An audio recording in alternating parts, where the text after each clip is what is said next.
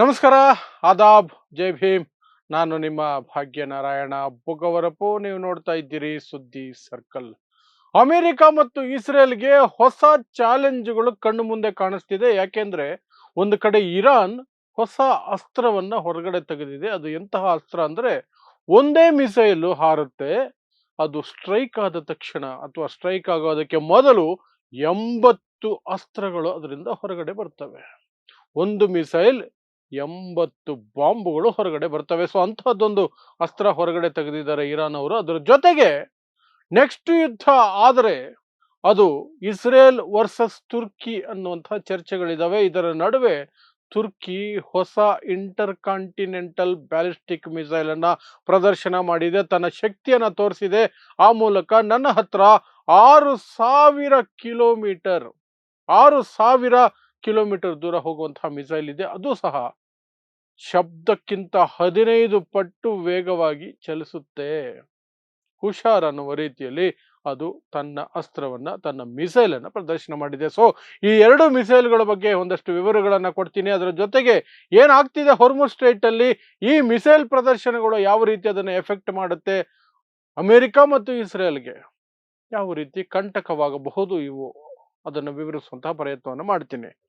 ಮೊದಲಿಗೆ ಇರಾನ್ ಹೊರಗಡೆ ತೆಗೆದಿರುವಂತಹ ಹೊಸ ಅಸ್ತ್ರ ಇದೆಯಲ್ಲ, ಅದನ್ನು ಮಿಸೈಲ್ ಅಂತ ಕರೀತೀರಾ, ಬಾಂಬ್ ಅಂತ ಕರೀತೀರಾ, ಏನ್ ಬೇಕಾದ್ರೆ ಕರ್ಕೊಳ್ಳಿ, ಆದ್ರೆ ಅದನ್ನ ಅಸ್ತ್ರ ಅಂತ ಕರೆದ್ರೆ ಸೂಕ್ತ ಅನ್ಸುತ್ತೆ. ಯಾಕೆಂದ್ರೆ ಅದು ನೆಲದಿಂದ ಆಕಾಶಕ್ಕೆ ಚಿಮ್ಮುತ್ತಲ್ಲ, ಸುಮಾರು 1500 ಕಿಲೋಮೀಟರ್ಗಿಂತ ಜಾಸ್ತಿ ಹೋಗುತ್ತದು. 2000 ಕಿಲೋಮೀಟರ್ ವರೆಗೆ ಹೋಗುವಂತಹ ಸಾಮರ್ಥ್ಯ ಇರುವಂತಹ ಆ ಒಂದು ಮಿಸೈಲು ಒಂದೇ ಮಿಸೈಲ್ ಆಗಿ ಹಾರುತ್ತೆ. ಹಾರಿದ ನಂತರ ತನ್ನ ಟಾರ್ಗೆಟ್ ಬಳಿ ಬಂದ ನಂತರ ಅದರಿಂದ ಬಾಂಬುಗಳು ಹೊರಗಡೆ ಬರ್ತವೆ. ಆ ಬಾಂಬುಗಳು ಚೆದರುತ್ತವೆ, ದೂರ ದೂರ 3 ಕಿಲೋಮೀಟರ್ ದೂರದಲ್ಲಿ ಹೋಗಿ ಬೀಳ್ತವೆ. ಅಂದ್ರೆ ಒಂದೇ ಮಿಸೈಲ್ ಹೋಗುತ್ತೆ, ದೂರ ದೂರ ಹೋಗುತ್ತೆ. ಅದರಿಂದ ಮಿಸೈಲ್ಗಳು ಹೊರಗಡೆ ಬರುತ್ತೆ. ಒಂದು ಬರುತ್ತೆ, ಎರಡು ಬರುತ್ತೆ, 30 ಬರುತ್ತೆ ಅಂದ್ರೆ ಅಲ್ಲ, 80 ಬಾಂಬುಗಳು ಹೊರಗಡೆ ಬರ್ತವೆ. ಅಂದ್ರೆ ಈ ಒಂದು ಮಿಸೈಲ್ ಮೇಲೆ ಹಾರಿದ ಮೇಲೆ ಸುಮಾರು ಒಂದು 70-80 ಕಿಲೋಮೀಟರ್ ರೇಡಿಯಸ್ ಅಲ್ಲಿ ಎಲ್ಲಿ ಬೇಕಾದ್ರೂ ಬಾಂಬುಗಳು ಬೀಳಬಹುದು. 80 ಬಾಂಬುಗಳು ಬೀಳಬಹುದು. ಒಟ್ಟಿಗೆ 10 ಮಿಸೈಲ್ಗಳನ್ನು ಲಾಂಚ್ ಮಾಡಬಹುದಂತೆ.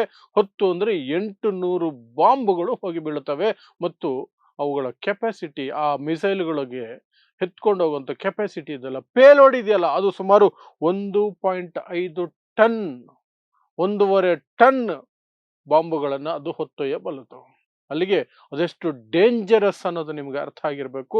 ಒಂದೇ ಮಿಸೈಲು 80 ಬಾಂಬುಗಳು, 10 ಮಿಸೈಲ್ ಒಟ್ಟಿಗೆ ಹಾರ್ತವಂತೆ, 800 ಬಾಂಬುಗಳು ಹೊರಗಡೆ ಬರ್ತವೆ. ಇದು ಅಮೆರಿಕ ಮತ್ತು ಇಸ್ರೇಲ್ಗೆ ಹೊಸ ಆತಂಕವನ್ನ ಸೃಷ್ಟಿ ಮಾಡಿರೋದ್ರಲ್ಲಿ ಅನುಮಾನನೇ ಇಲ್ಲ. ಅಷ್ಟೇ ಅನ್ಕೊಂಡ್ರೆ ಓಕೆ ಅಂತಂದ್ರೆ, ಈ ಕಡೆ ಈ ತುರ್ಕಿ ಕಡೆಯಿಂದ ಸಹ ಹೊಸ ಅಸ್ತ್ರ ಹೊರಗಡೆ ಬಂದಿದೆ, ಹೊಸ ಮಿಸೈಲ್ ಹೊರಗಡೆ ಬಂದಿದೆ. ತುರ್ಕಿಗೆ ಬಂದ್ರೆ ಏನು, ಇದಕ್ಕೂ ಅದಕ್ಕೇನು ಸಂಬಂಧ ಅಂತಂದ್ರೆ, ತುರ್ಕಿ ಆಲ್ರೆಡಿ ಹೇಳಿದೆ, ಇರಾನ್ ಮೇಲೆ ಇದೇ ರೀತಿಯಾದಂತಹ ದಾಳಿಗಳು ನಡೀತಾ ಇದ್ರೆ ನಾನು ಯುದ್ಧಕ್ಕೆ ಎಂಟ್ರಿ ಕೊಡ್ತೀನಿ ಅಂತ. ಆ ಮೂಲಕ ನೆಕ್ಸ್ಟ್ ದೊಡ್ಡ ಯುದ್ಧ ತುರ್ಕಿ ಮತ್ತು ಇಸ್ರೇಲ್ ನಡುವೆ ಅನ್ನುವಂತಹ ಚರ್ಚೆಗಳು ಜೋರಾಗಿರುವ ಸಂದರ್ಭದಲ್ಲಿ ತುರ್ಕಿ ಒಂದು ಮಿಸೈಲ್ ಅನ್ನ ಪ್ರದರ್ಶನದಲ್ಲಿ ತೋರಿಸಿದೆ. ಆ ಮಿಸೈಲ್ಗೆ ಅವರು ಇಟ್ಟಿರುವಂತಹ ಹೆಸರು ಇಲ್ದಿರಿಮ್ಹಾನ್ ಅನ್ನುವಂತಹ ಹೆಸರನ್ನು ಇಟ್ಟಿದ್ದಾರೆ. ಇಲ್ದಿರಿಮ್ಹಾನ್ ಅನ್ನುವಂತಹ ಹೆಸರು, ಅದು ಇಂಟರ್ ಕಾಂಟಿನೆಂಟಲ್ ಬ್ಯಾಲಿಸ್ಟಿಕ್ ಮಿಸೈಲ್. ಸುಮಾರು 6000 ಕಿಲೋಮೀಟರ್ 6000 ಕಿಲೋಮೀಟರ್ ವರೆಗೂ ಸಹ ಅದು ಚಲಿಸಬಲ್ಲದು. ಮತ್ತು ಅದರ ಸ್ಪೀಡ್ಗೆ ಯಾವ ಆಂಟಿ ಮಿಸೈಲ್ ಸಿಸ್ಟಮ್ ಕೆಲಸ ಮಾಡೋದು ಕಷ್ಟ. ಯಾಕೆಂದ್ರೆ ಅದು ಸೌಂಡ್ ಸ್ಪೀಡ್ಗಿಂತ, ಶಬ್ದದ ವೇಗಕ್ಕಿಂತ 15 ಪಟ್ಟು, 15 times of speed, sound 15 times, ಶಬ್ದಕ್ಕಿಂತ 15 ಪಟ್ಟು ವೇಗವಾಗಿ ಅದು ಚಲಿಸುತ್ತೆ. ಹಾಗಾಗಿ ರೆಡಾರ್ಗಳಿಗೆ ಸಿಗೋದು ಬಹಳ ಕಷ್ಟ.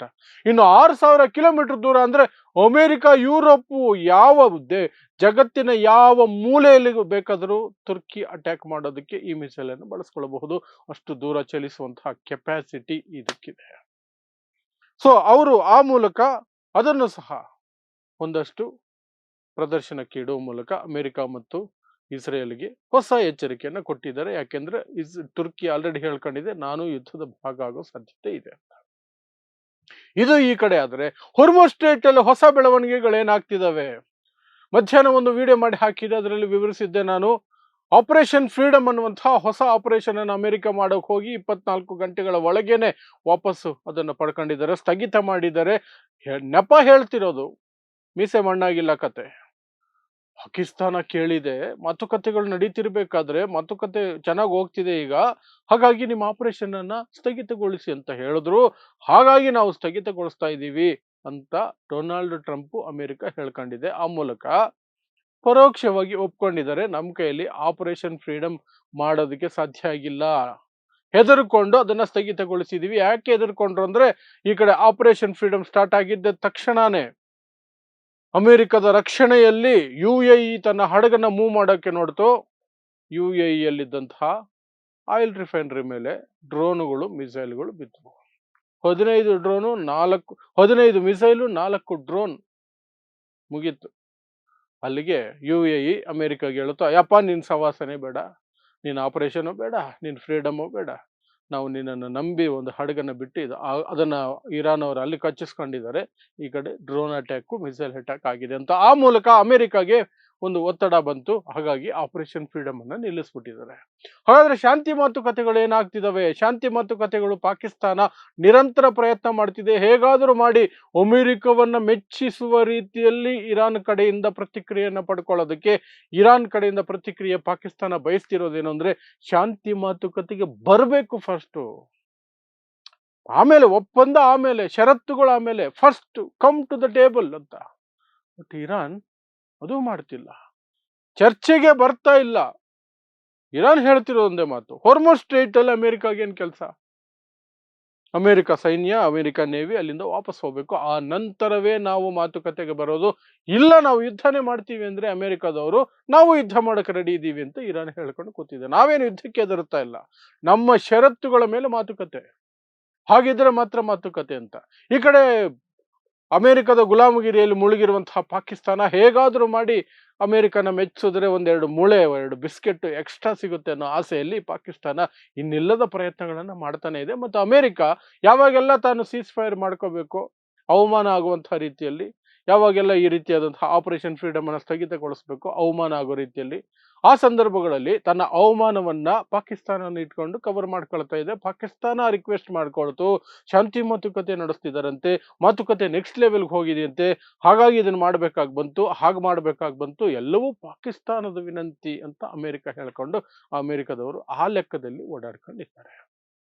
ಸೊ ಇದಿಷ್ಟು ಆ ಇರಾನ್ ಮತ್ತು ಅಮೆರಿಕದ ಶಾಂತಿ ಮಾತುಕತೆಗಳು, ನಡೆಯದ ಶಾಂತಿ ಮಾತುಕತೆಗಳು ಮತ್ತು ಯುದ್ಧದ ವಿರಾಮ ಏನು, ಅದೂ ಸಹ ಏಕಪಕ್ಷೀಯ ಯುದ್ಧ ವಿರಾಮ ಏನು ಘೋಷಣೆ ಆಗಿದೆ, ಆ ಸಂದರ್ಭದಲ್ಲಿ ಆಗ್ತಿರುವಂತಹ ಬೆಳವಣಿಗೆಗಳು. ಒಂದು ಹೊರ್ಮುಸ್ ಅಲ್ಲಿ ಆ ಬೆಳವಣಿಗೆಗಳು ಆಗ್ತಿದ್ರೆ, ಈ ಕಡೆ ಇರಾನ್ ಕಡೆಯಿಂದ ಹೊಸ ಮಿಸೈಲು, ಆ ಮಿಸೈಲ್ನಲ್ಲಿ ಒಂದು ಮಿಸೈಲ್ ಹಾರಿಸಿದ್ರೆ 80 ಬಾಂಬ್ ಆಚೆ ಬರುತ್ತೆ, ಒಟ್ಟಿಗೆ 10 ಮಿಸೈಲ್ ಹೋದ್ರೆ 800 ಬರ್ತಾವಂತೆ.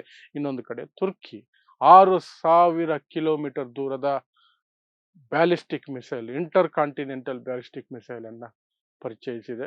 ಆ ಮೂಲಕ ಎಚ್ಚರಿಕೆಯನ್ನು ಕೊಟ್ಟಿದೆ, ನಾನು ಇಂತಹದ್ದೊಂದು ಇಟ್ಕೊಂಡಿದ್ದೀನಿ, ಹುಷಾರು ಅಂತ ಅಷ್ಟೇ. ಸೊ ಇಂತಹದ್ದೇ ವಿಶೇಷ ಸುದ್ದಿಗಳಿಗಾಗಿ ನೋಡ್ತಾ ಇರಿ ಸುದ್ದಿ ಸರ್ಕಲ್. ನಾನು ನಿಮ್ಮ ಭಾಗ್ಯನಾರಾಯಣ ಬೊಗವರಪು.